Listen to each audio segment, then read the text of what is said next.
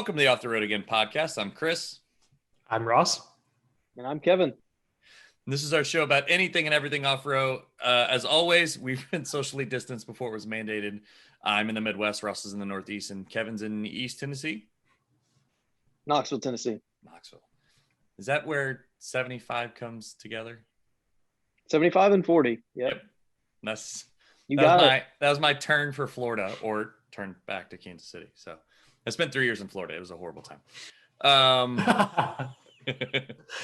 Sounds like the beginning of a novel. 3 years in Florida. A horrible time. Part 1. Yeah, it was. The only thing I got good out of there was my wife. Anyway. I don't know why you're shielding yourself. She would probably appreciate that. She doesn't like to be talked. That's not a. And remember, we're recording 2 shows back to back, so I'm trying to stay Fair. down low, like keep it low key up here. The news. What is the news? The news. There was slight news. I mean, no huge reveals. Like, we're still waiting on Bronco imminence, but Chevy Silverado ZR2 spotted.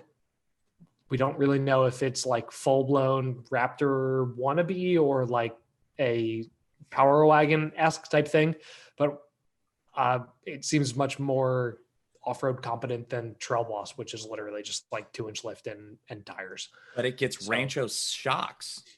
It's the only thing I can remember from the commercials when they're on. I don't know. I wish Multimatic was involved. If it had ZR2 and Multimatic, that would be a lot better, because that's what the Colorado ZR2 has. Rancho, and Chris, I think that is a picture of the Colorado ZR2. But I don't know. Rancho shocks. Like, growing up in the off-road world, Rancho is one of those household names that everybody kind of just knows. In recent years, reception for some of their parts hasn't been so fantastic. And I mean, maybe if they're doing an OEM application, it's got a rigorous testing that we don't know about, but Chevy's behind the 8 ball. Kevan is pulling for an answer. Hit it. Go. So we actually just had a 2021 Chevrolet 2500 Duramax with the Ranchos on it. Z71 package, off-road, all the things. Did you say 2500 or 1500? 2500. Okay. So, all right. So basically, my dad's truck, but a little newer. Yes. I think we talked about that. Yes. Didn't care for it. The truck or the suspension? The suspension specifically. Okay. The truck is fantastic. Oh my God. Lap of luxury. I've owned Duramaxes in the past.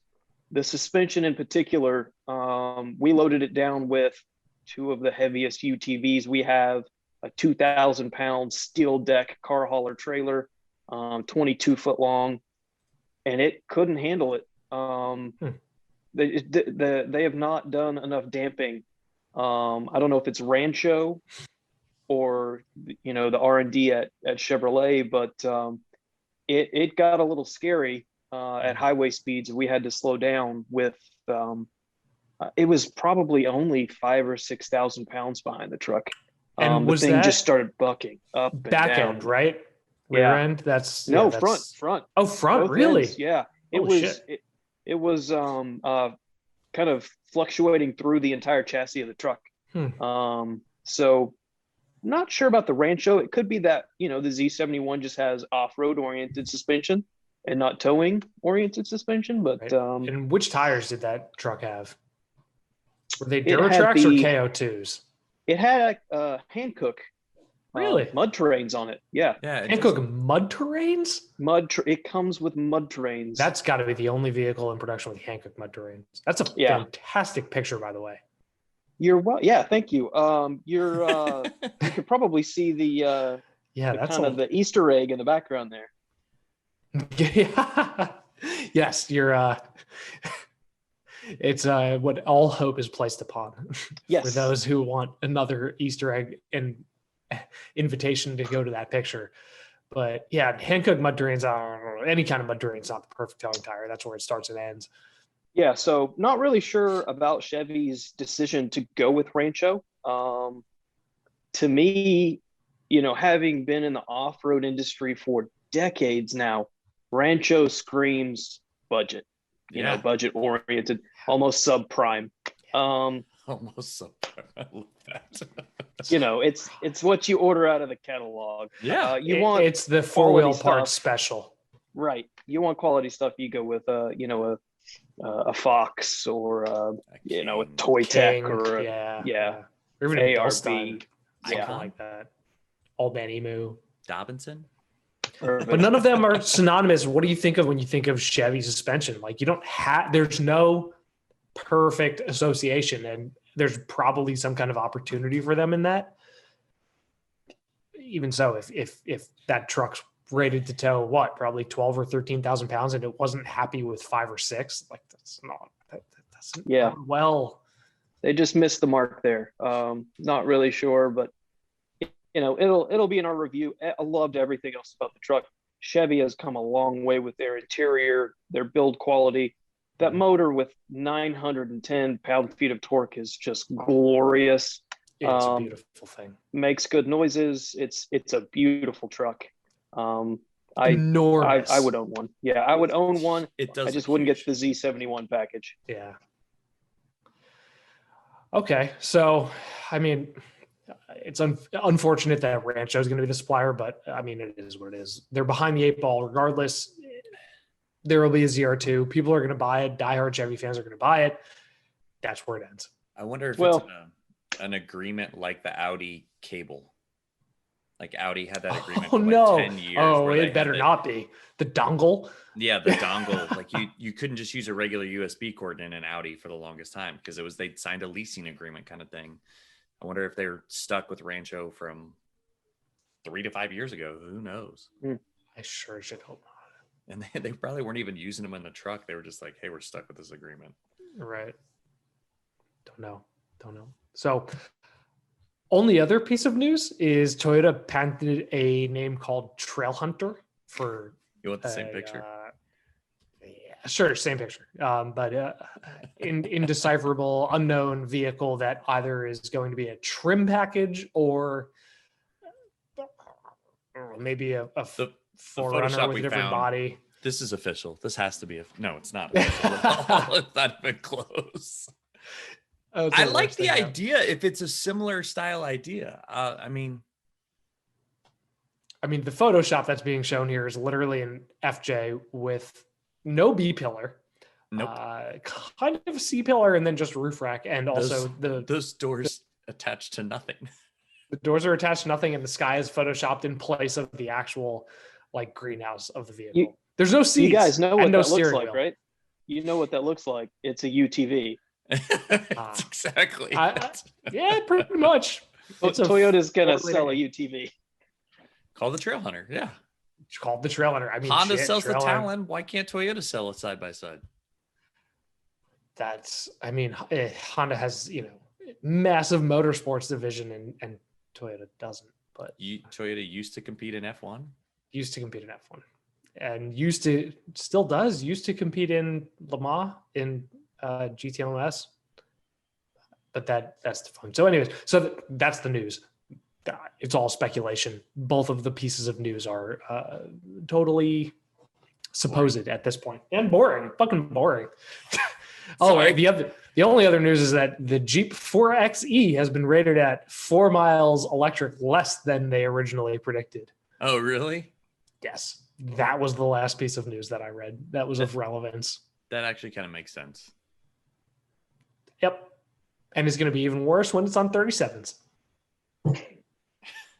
Because everyone will put it on. Yeah, everybody with Instagram is going to be like, oh, yeah, bro, snowpile. Is 40 the new 37? I feel like 40s are on everything now. Like 37s are the new 35. So yes. There's a guy I think he's in Arizona building Toyota Sequoias, and Kevan is just sitting there laughing because he just put. Or were the LTXs? Were those stock size? Okay, those are old. They're an amazing tire. But they're so good. All right. So to fill in audience here, Kevan has a Tacoma, and given your occupation and need to use the Tacoma for towing purposes, LTX, the Michelin, is like the perfect towing tire, but no deep wheeling aspirations. This isn't going to be a hardcore overlanding wheeler. No, we've got UTVs for that now. I have graduated in life to grandpa tires. I like my smooth, quiet ride. They'll outlive me probably. You probably get 80,000 miles out of them on the Tacoma. Easy, yeah. So yeah, here we are. So I grew up in the off-road world because my dad had a lifted YJ, and then it was, snowball effect from there.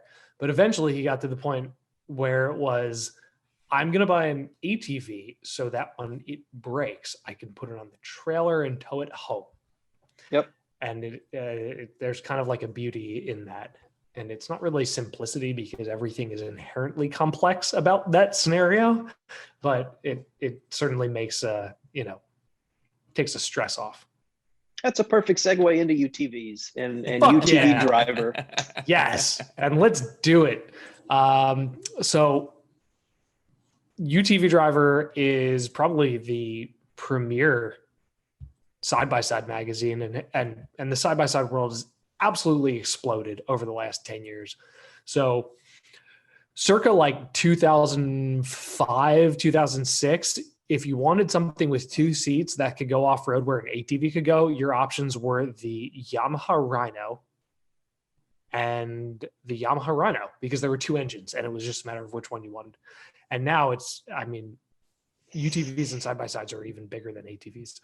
So yes, it's a vast sea of options now, and every ocean has 50 different names to choose from. And one of our contributors, Christian Moe's, doing a great job of breaking those down for people. He calls them, I guess, decoders, especially for like your Polarises and Can-Ams, where they have 50 different adjectives or letters off the end of their models. SR, Turbo, MX, XX3, yeah, RS, Pro, yeah. Also, Christian Moe, veteran of the car journalism world. Oh, yeah. if I'm right. Yep. Yeah, we've got a whole crew of veterans that are doing just wonderful things. We've got Jeff out in Arizona, who has been in, ATV rider and three-wheeler world since before I was born. Sorry, Jeff. And then Aaron Richardson up in Virginia, who's no stranger to writing. He works for a newspaper up there. And then, of course, Mr. Zach Bowman is captain of this ship. Worked for Road and Track, Auto Blog. He's been all over the place. The guy knows his stuff. Hooniverse. So I think he still might be in the Slack channel.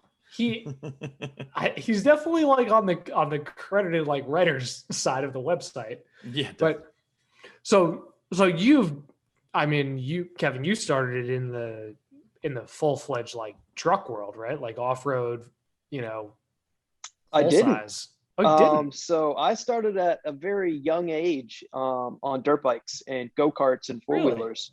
Really? Okay. Before, it was legal for me to use pickup trucks. One of the first things my dad did was put a helmet on me and stick me on an XR100.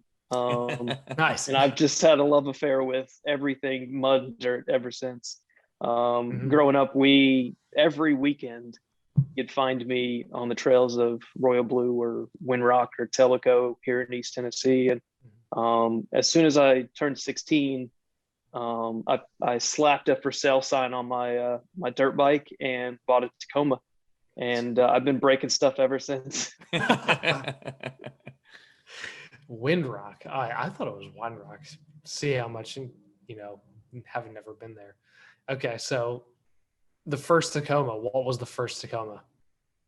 First Tacoma was a 1996 and a half, first gen. It was the very first half year that they made the Tacoma. 3.4? 3.4 liter V6, 5-speed manual, standard cab. Standard So cab. it was the lightest, Yes. the lightest Crucial. and fastest Tacoma they ever made, other than the supercharged ones. I used to race Mustangs in that truck when I first had it. That thing was super dangerous. Anytime the roads were wet, you'd spin it around. Pirouettes. And yeah. oh, absolutely, many times. And then I think it was maybe a year later, Toyota nixed it. Fuck. They never put the V6 in the standard cab. Is that where you grew after up in East Tennessee? For the most part. I've been all over the place. So actually born and raised in LA, Brea, Orange County. Lived in Knoxville, lived in Nashville, lived in New Hampshire, Nashua for a while. What is that? Londonderry, just south of Nashua. And then my family's over in Raleigh, North Carolina, and my dad lives here in Knoxville with me now. So I've been all over the place, but yeah, but most of the stories I'm going to tell are East Tennessee. Nashua is also barely New Hampshire. That is like North Massachusetts. So yeah, we went down to Boston a lot.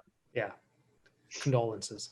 North Massachusetts sounds like it's not a real place, because isn't the state like 40 miles wide? Yeah, it's like 2 miles. Yeah. East to west is probably 2 hours. So, and Massachusetts, in all fairness, is like North Connecticut. So side by sides. Anyway. Side by side. So I have a fair amount of experience in them because in 2010, my dad decided that his elbows hurt too much to ride a quad. So he bought a Polaris RZR 800, which, got the slew of upgrades over the years. And then he, after that, upgraded to a RZR S1000. So not full crazy Fox shocks mounted like on the, on the roll cage type thing, but Fox suspension and everything. Close. And my brother has a Can-Am 1000 Maverick, which is basically a CJ7 in terms of size, or CJ5. But you guys have been testing all the fun stuff, all the new like hot shit. So like Yamaha Rmax, Talon 1000, and the newest slew of RZRs. But I want to hear. So it's wild, man. The stuff these guys are coming out with now. To think, 10 years ago, not even 10 years ago, these things were essentially lifted golf carts. They were. Yeah. The first iteration of the sport models, at least, were like hopeless. Yeah, one step above a lifted golf cart with all-wheel drive, and now you're getting stuff with 180, 200 horsepower. You could put your whole family in it. Yep. Fox is signed on with everybody. You want surround sound in your UTV? Sure, why not? You saw the Polaris release last week, oh, right? Yeah. That's full fantastic. Surround sound. I fully support it. It's amazing. It's like just $3,000 of stereo. Yeah. Turn it down in town. That's all I ask. Yes, that's one of the big things. I mean, we don't have much of that here, but up in Maine, you can ride from town to town and then just bomb onto the trails. And it's like the same thing with the people who ride Harleys and just blast their stereos. It's funny with Harley. I was going to say that's those Goldwing riders too, because they're all a little hard of hearing anyway. So they're older. But yeah, so the new stuff is great. Right now we've got Yamaha's new Rmax 1000. We've got Polaris's XP4 with the turbo motor in it. Let's see what else. Honda gave us two 1000Xs, one with the new live valve suspension on it. And that's the fun stuff that you don't even have to think about. It's just always working in the background. So the follow-up question to what you've already alluded to is, I mean, the Yamaha CVT is probably the best of them. And they've been pushing more towards that than the sequential that they had in the 1000 YXZ or whatever. Yeah. XYZ, YXZ. I'm dyslexic, so Y- it's problematic YXZ. here. YXZ. But how do you feel about, is the Talon it's like a traditional gearbox, right? Yeah. So to bring this full circle, one of my first adventure motorcycles was an Africa Twin by Honda. Ooh. Honda has taken the exact same motor and DCT transmission and put it in the Talon. So it is a gear-driven transmission. It's a dual clutch That's direct amazing. drive transmission. So it does not drive anything like your CVT units. It's very notchy, but you can use it anywhere. You're not worrying about a belt slipping. Notchy, how so? Like clunky, like you think of with a On, DCT off. at low speeds. Like it's very digital. Yeah. like power So it's either hits and on power or is off.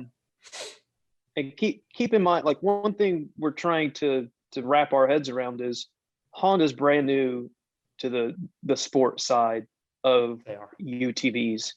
I think the next iteration of the Honda Talon probably needs a little button in it to tame your throttle response down, and that's what I'm talking about. So when you hit the throttle, it jerks you back and forth, because you've got that direct gear driven transmission versus a belt or like a CVT, which is still like there's an open close, and you still, even if you roll off the gas and back on the gas, it's still kind of there. Go-kart. It's same as a go-kart. Yeah. Which is you just mentioned, the Yamaha system is really unique in that it's an always under tension belt system. One of the things the engineer told us was that you can actually rock crawl with the Rmax in high gear. In high gear, and not worry about slipping belts. And that's not something you can do on, the Polaris or the Can-Am or whatever. I mean, on the ATV side of things, the Yamaha is definitely the most likely to kill, or least likely to kill a belt. Yeah, so on the trail. Yamaha's giving a 10-year belt warranty on their units now. Yeah. Wow. It'd be great if Polaris offered the same thing. It does not include labor, but it's awesome. They believe in it. Large screwdriver does all the work you need. The Volkswagen Beetle that they do that with, they just reach out with something and the belt just flies right off and they can put it right back on the same way. I don't know. That's a random I hope not. Yeah, that sounds sketchy as all fuck. But my Kawasaki brute force decided about 5 years in, which is remarkable that it made it 5 years, that it wanted to chew up a belt on the trail with no rhyme or reason. It was like a smooth, nice trail. And then, a nice Gates replacement for like $45. And then a secondary one in the box in the back was always nice to have for peace of mind. But I know I have a Polaris right now, and I know I have to replace the belt, and I'm fucking dreading it. It's like, you just, it's going to go terribly when you do the replacement. Don't push that. Horrible. Yeah. So have you seen Can-Am's new Commander that they just launched? Yes, I have. I sent it to my brother because he's a Can-Am guy now, which super cool little rig. They come with in the back. So when you pull the tailgate down, there's a little hatch for a spare belt. And they come with spare belts. Yeah. That sounds like they know they're setting themselves up for failure. Just saying. That's it. I mean, have you guys had the Can-Ams at all? Yeah. So we had the Max, the X, the XT Max, which is their 4-door version. Mm-hmm. We had it for 5 days, I think, and subjected it to blistering few evenings at Windrock, just trying to throw everything we could at it, and it did very well. I think build quality may not be up to the standards of some of your Polarises and your Hondas and stuff like that. I see it. I put Polaris and Can-Am on the side-by-sides and ATVs in the same category for build quality. Yeah, given everything is, Well, yeah, remember this is more of a recreation style UTV. So their Maverick line, which is their sport line, I think that's their main focus. But this Commander line, that's kind of what started the recreation side of UTVs. So when I say recreation, it's kind of in between farm use and sport use. It's still got the bed, it can still do things, it's got a hitch on the back. The Venn diagram overlaps, and it is the overlap. It's that middle, yeah. And they kind of created this long ago with the previous iteration of the Commander. And then this year they're launching the redesign. It's a great rig. We liked it. It's very, very comfortable, plush, roomy. Comes with lots of accessories. It'll be competitive. Would I buy it? Probably not. Also probably $26,000. The cheaper than you'd think. I don't Really? know the number right off hand, but I was surprised. 23? Yeah, somewhere around like 21, 22-ish. But that kind of leads me into Yamaha Rmax. That has been the one to beat. That thing is just kind of a step above everything else we've tested, in my opinion.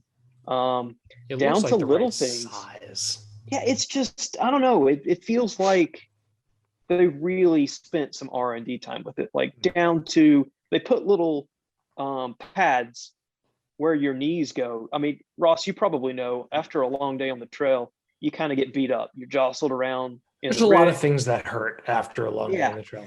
And like your knees are typically one of them. Like you try to brace yourself with your knees. They put little soft plastic pads where your knees go. They sell those for the Mazda Miata. Just saying. I mean, virtually the same size, right? Probably same weight. No, just kidding. The Rmax is lighter. No.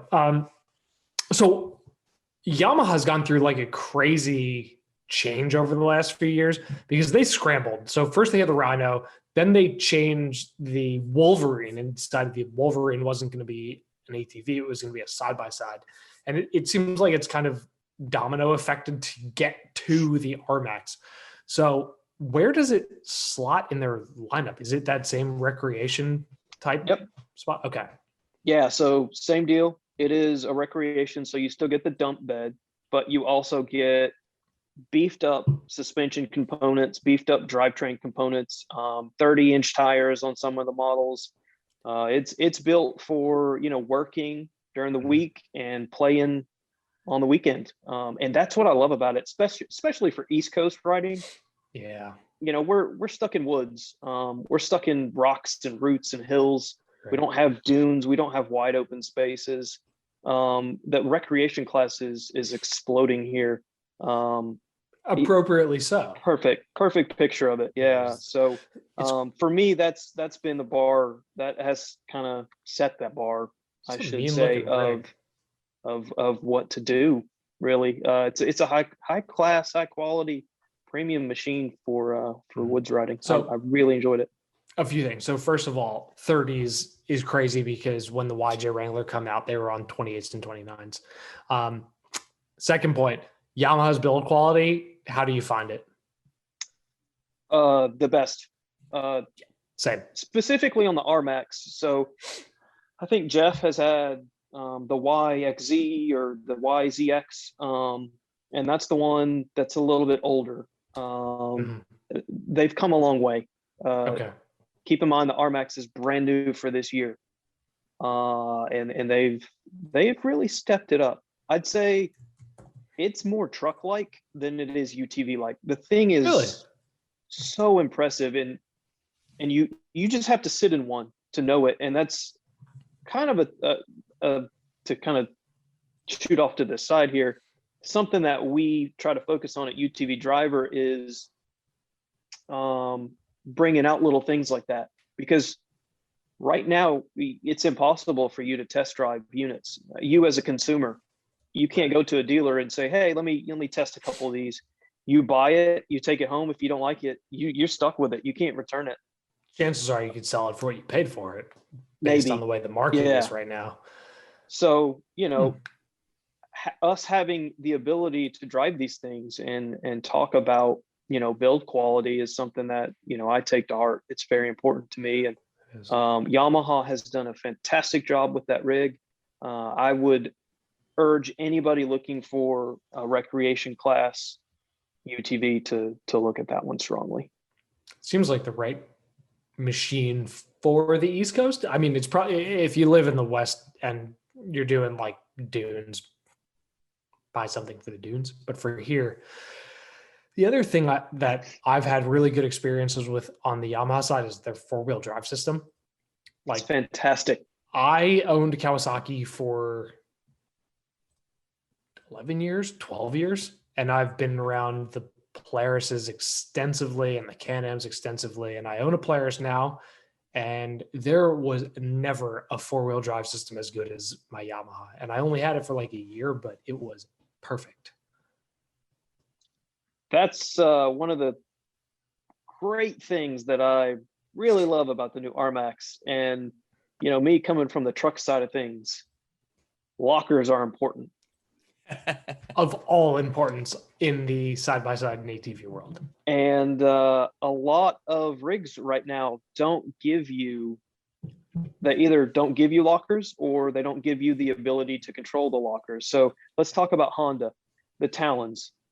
They come with Honda's kind of intelligent i4-wheel drive system.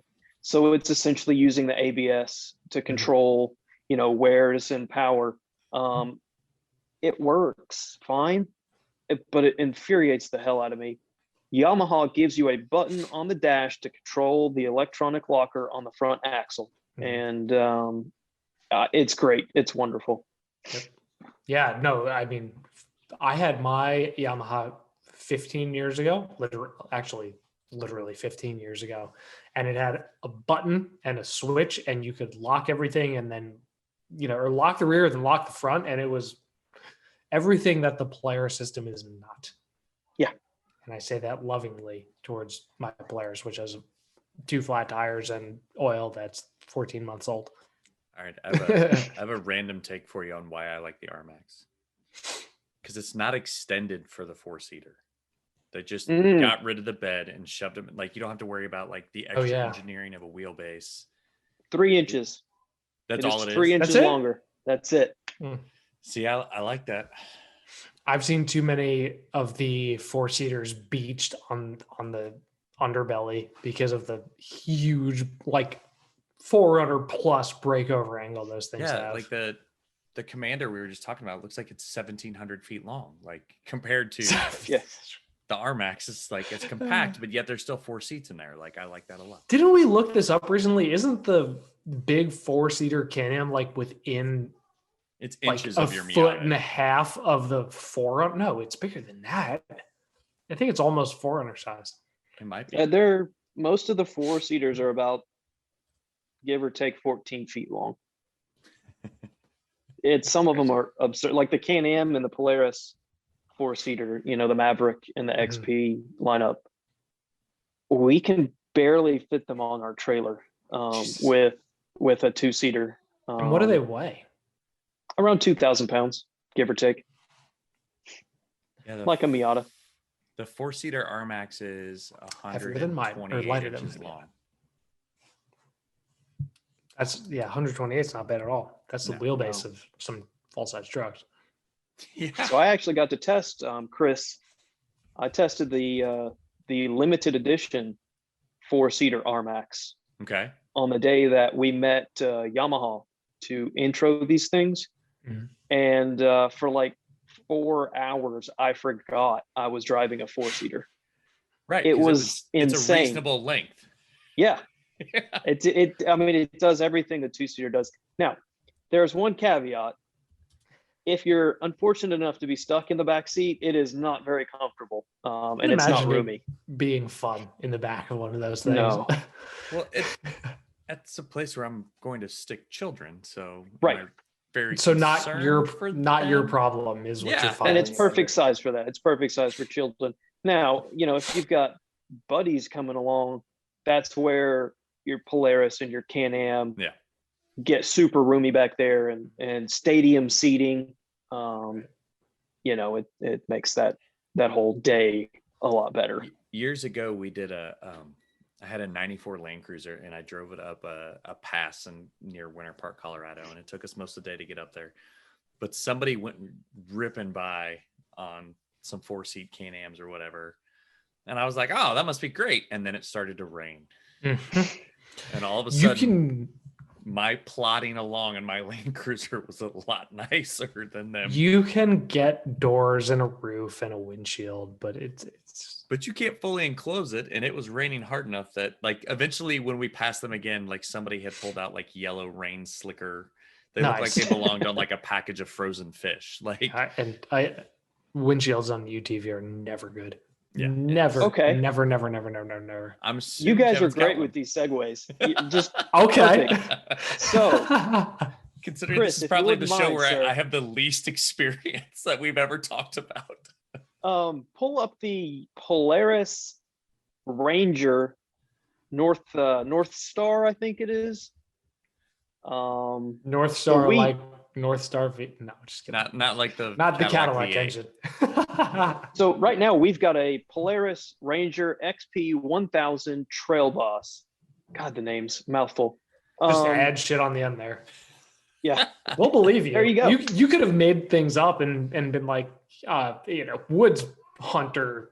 Did I catch a niner in there? but it's my job to know this, so I have to know it. So we've got one of these right now, and I think what we want to try to do with it is kit all this stuff. So everything you see here comes from the factory: windows, doors, a glass windshield, a glass rear window, a windshield wiper, and then it comes with a heater. So essentially, it turns it into a car, basically, with no turn signals or. No. Yeah. So there's such a weird overlap here. So the price tag of one of those is what? Probably 25, give or 30, take. I bet. 30. 20, depending. Yeah, 25 to 30. Yeah. I mean, you're dabbling on, JK or used JKU or JLU territory. Yeah, but what we found is specifically the one that the Ranger that you just showed is great for hunting and farmers. Mm. And we just got back from Virginia. We did a 4-day long test with an actual cattle farmer up there, and that was a great some of the article. places. Yeah. Thank you. Yeah, Aaron did a great job with that. We had a blast up there, but we found a lot of the places we went, trucks and Jeeps and full-size vehicles, just you wouldn't be able to make it back there. And that was really the first time, in the sense of like, I need a tool to manage my land. This thing really makes sense. Mhm. It made a great argument. It does. So that's not your favorite that you've tested, but the Rmaxes. No, so Christian actually really likes the Ranger. He's got a little farm. He's got a little homestead, and he loves moving hay with it. It pulls trailers. It's got spots to put 5-gallon buckets underneath the bench seat. Everything about it is just utilitarian. Mm-hmm. I like trail riding, so it's not going to be for me. Fair enough.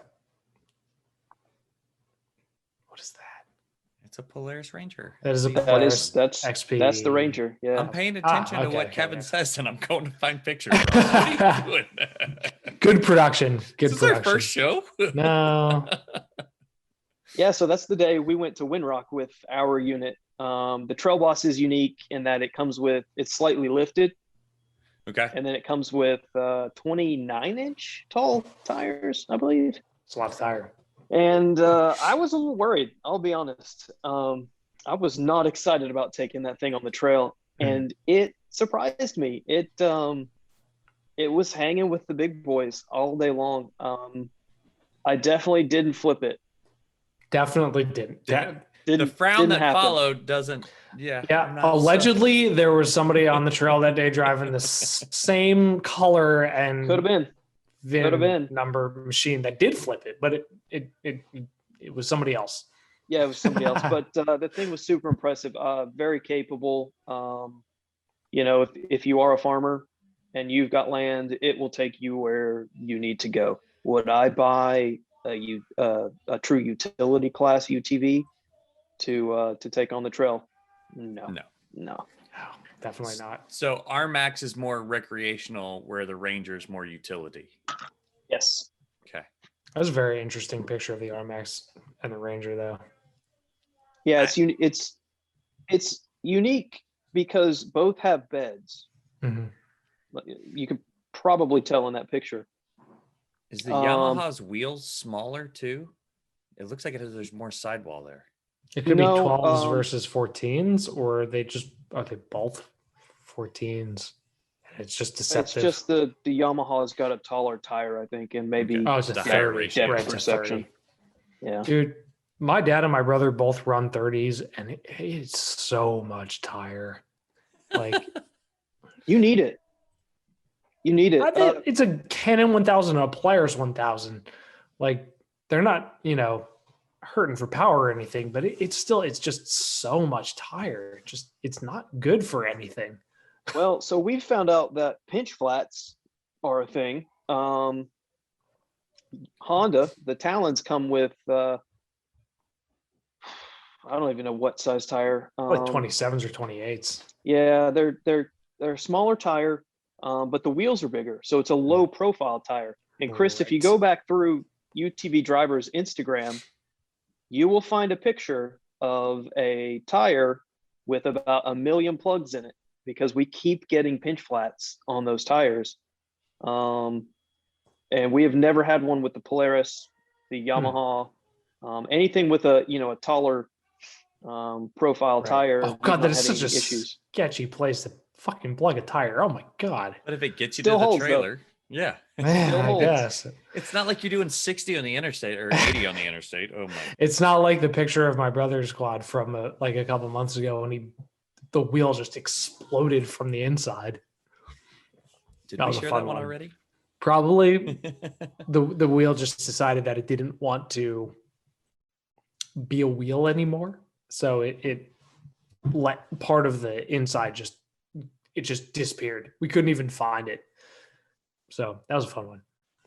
That's why you always carry a spare. Yikes. Yes. Or at least why you try to always carry a spare. That was fucking sketchy. Okay, so part of this UTV driver gig is you guys are also testing and driving some of the vehicles that people are towing trailers and subsequently the side-by-sides with. So, I mean, we know you have Tacoma. You just spent time in